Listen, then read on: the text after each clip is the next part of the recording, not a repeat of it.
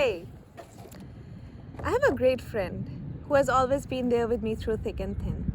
I know him for over 10 years and he has always stood by me. We've created a special bond during our time here in the United States, and today I want to share our journey together. Interestingly, you all know him as well. His name is Headscarf. I had a major concern when I was coming to the US 5 years ago. With all the talk of Islamophobia on the news, I was in a constant struggle to decide whether to cover my head or not. I still remember a few nights before my flight, I couldn't sleep. I consider myself a person of faith, but I definitely am not the best of Muslims out there. Perhaps it was more cultural for me than religious, and I could have just let it go.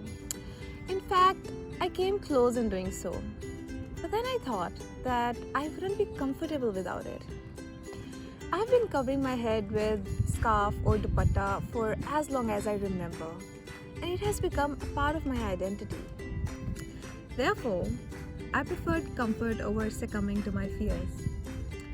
I boarded the plane, flew 8,000 miles to the west, and my friend was with me.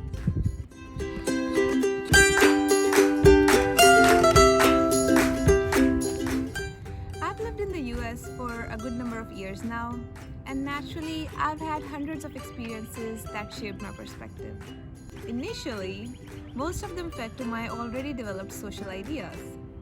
In 2016, for example, an incident shook the community of Muslim students in Michigan. Someone snatched hijab off a young lady's head in a very well-known college that is almost an hour away from here. It was my first semester at MSU. One day, I was working in a union building with one of my class fellows when a boy approached me and introduced a service that some of the students have started on campus.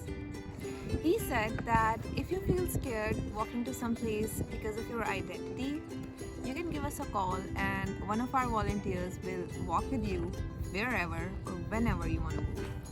For me, that offer was sweet and scary at the same time. Sweet because people were caring, and scary because I was seeing my own fears and insecurities coming true. I started believing that my headscarf was pushing me back in life. I started blaming it for everything.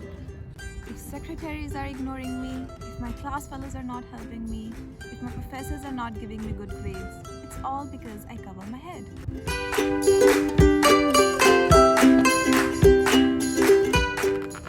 I was this insecure new girl in town back then, and I thought it will be the same painful experience throughout my stay. But I was wrong. As I moved on with my life, I had many more diverse experiences that helped me re-evaluate my perspectives. We've been lucky enough to travel a lot in the US, and we mostly travel with carry-on bags only, because otherwise flights get a bit expensive. Whenever we traveled, I was always stopped for checking after passing through scanners. And guess why was that? It was because of my friend here.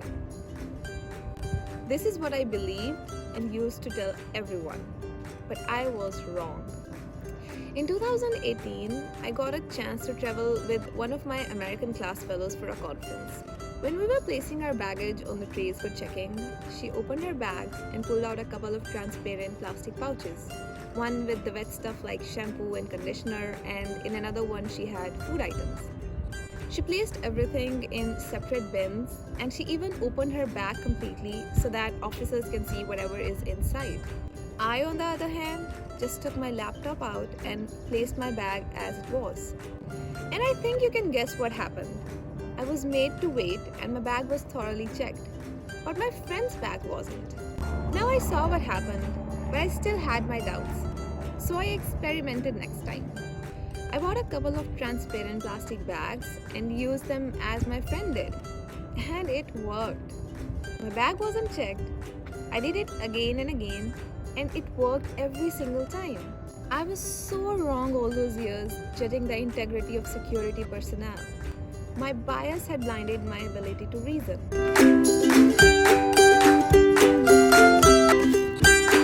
Now this is what I've learned from my journey with my headscarf in the United States. Never judge and jump to conclusions right away. The world is full of societal differences, and a lot of this lead to discrimination. No one is denying that. But the worst thing in this situation is to hurt people by merely assuming what they think or believe. Also, negativity is almost always a choice, but there's brighter side of everything. Like my appearance. It has given me so many opportunities in the US because I represent diversity. Therefore, be proud of who you are and try to see the good in things.